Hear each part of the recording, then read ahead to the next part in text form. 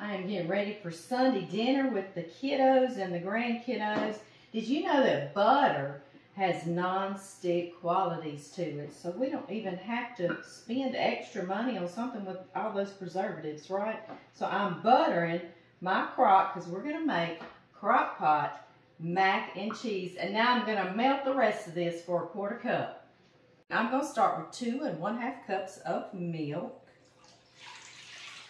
This recipe is so easy, I can set it to the side and do all my other stuff. So that's what I love about it. A can of, I used to call it pet milk growing up because it was pet brand, but just evaporated milk, a can. Don't worry about the recipe though. Y'all sit back and watch because I'll put it up in the title or in the description box, okay? So just enjoy. All right, next we are going to put, if you don't have evaporated milk, just use all milk, or you can put half and half, or cream, right? Yeah, I love the flavor of evaporated milk though. I have a 1/4 cup of that butter I melted. The rest of it, you know, is all on the sides, keeping it from sticking so much to this crock. All right. I have 2 eggs that I have already beaten. Now, you don't have to put this. Sometimes I do, sometimes I don't. It's good either way, but I kind of like it with it in there. But if you don't have it or you don't want to do eggs, no worries. You can still make this recipe. Yes, you can. All right, next to that, we've got some ground mustard. That makes a lovely flavor in mac and cheese. I'm going to do a 1/2 teaspoon. And y'all know my measurements are very generous, okay? This is nutmeg. Y'all know I love to grind it, but I'm in a hurry. I got lots to cook for all my family, so I'm going to use some pre-ground. I'm going to do a 1/2 teaspoon.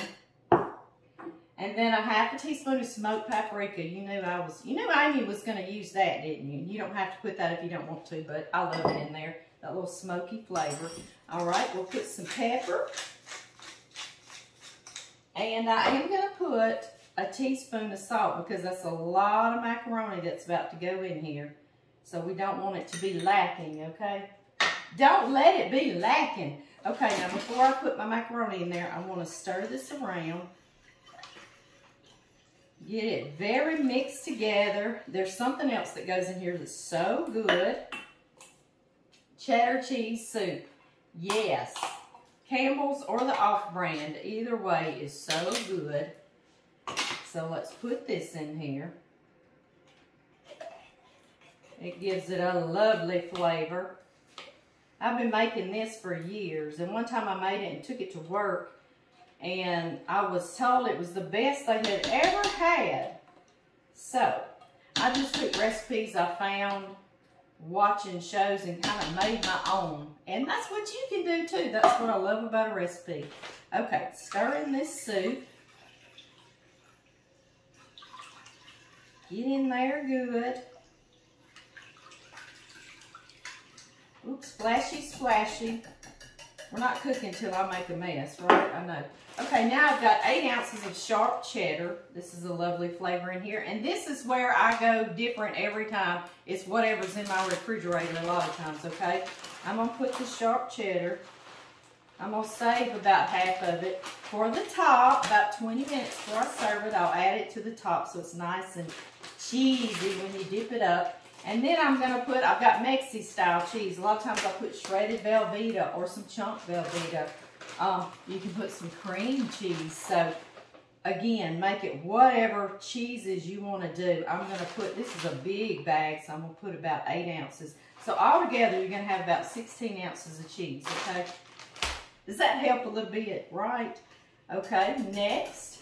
And this is what I love about this recipe. You do not have to pre-cook your macaroni, okay?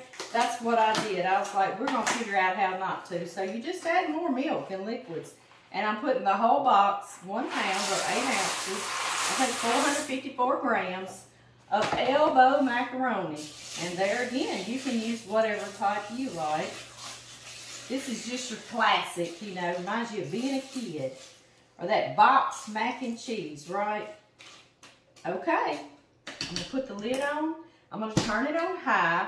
And this I don't walk away on, you know, like I do a lot of times with crock pot meals. I'm in the kitchen. I'm baking chickens and rice and peas and corn and rolls. So I can watch it. So about every hour, I'm going to stir it. I'm going to put it on high for about an hour, and then I'll stir it. If I need to add about a 1/4 cup of milk, maybe a 1/2 cup of milk, maybe. Depends on your pasta, how dry it is. I will. And that's it. Last 20 minutes, I might let it go about an hour and a half to 2 hours on high. If it gets done, if my pasta gets done, then you just turn it down on warm and put your cheese on top.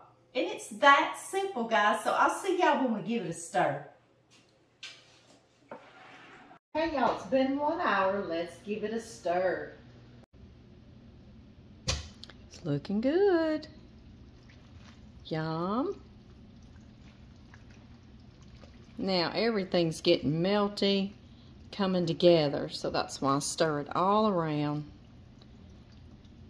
And I'm going to let it go for at least 30 more minutes, maybe another hour. And we'll put some cheese on top. Okay, y'all, do you see the creamy goodness? It's been almost 2 hours, about an hour and a half. And it is ready. The only thing I'm going to do is add the rest of our cheese on top. Just like this. I left it out so it's nice and room temp, ready to go. Just sprinkle it on there evenly. And put my lid on. Now I'm going to turn it on warm. And it'll be ready for the family.